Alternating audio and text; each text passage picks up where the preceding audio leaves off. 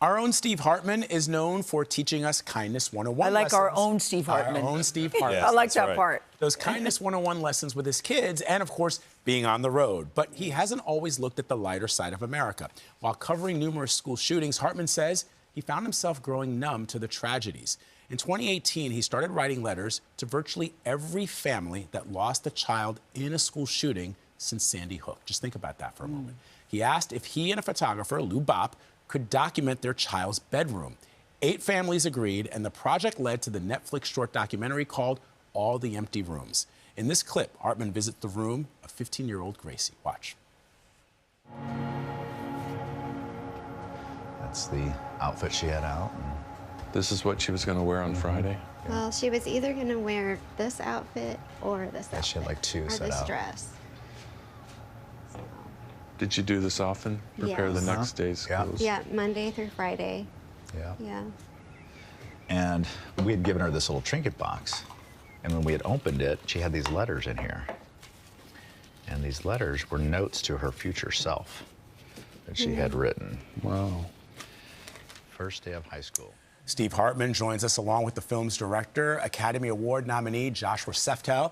Josh is also a CBS News contributor. Welcome to you both. Thanks for having us. So, Steve, tell me, one of the things that I think all of us have struggled with as journalists, having covered wars, natural disasters, pain and grief on an unimaginable scale, is how do we not become numb to some of the stories that we cover? So how did this idea come to you? Well, yeah, I felt bad because I felt America was growing numb to the tragedies, but more importantly, I knew that I was, because I was forgetting the schools, I was certainly forgetting the victims, and it just didn't seem right. So that's where the idea came from. What could I possibly do to shake myself and the nation out of that numbness? How did you decide on the bedrooms? Because I've seen the documentary, and I'm telling you, it is so powerful and so heartbreaking, but also I hope it shakes us up to say, look at what's happening to us.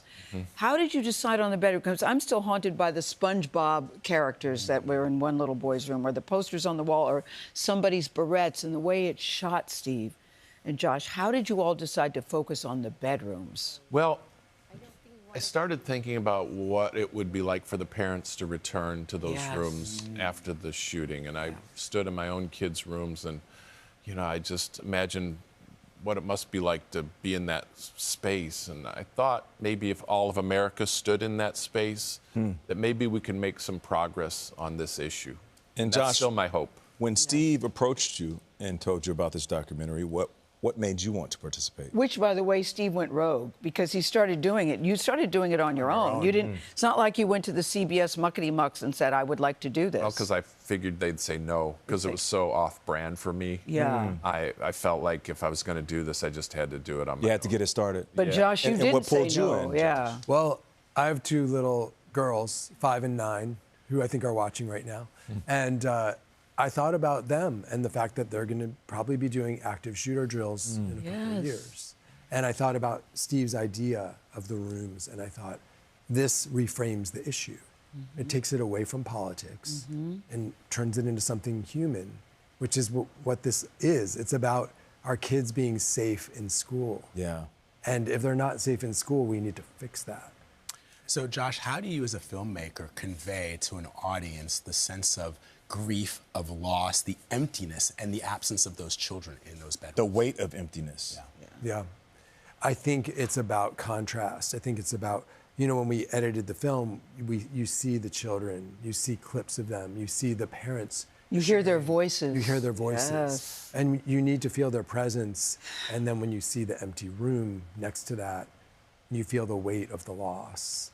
You know, these parents have been through so much, and we just wanted to tell the stories of the children so that they're not forgotten. That's what the parents want. Was it difficult, Parents Steve? loved having us there. That's what I was wondering. Was it difficult to get the parents to participate? How did they feel after? It was difficult because you're asking so much of them. These are rooms that often even close friends and family are not allowed in. So, but once we got there, the parents love talking about their kids. You know, who doesn't? And there were, you know, it seems like a really sad thing, and it is, but there were also a lot of laughs.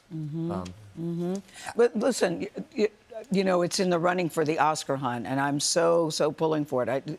You know, we're right in the middle of the Oscar competition, and I hope that people who are starting to vote will take a look at this because it is so powerful. And last night, what did you guys win? You already won something. We won the Cinema Eye Awards last night for Best Documentary Short. Yes. Yeah. May it continue. Yes, Thank we're you. Very wishing you powerful. Success. It's an incredible documentary. Thank you so very much. Steve Hartman and Josh Seftel, we appreciate you being here. All the Empty Rooms is streaming right now on Netflix.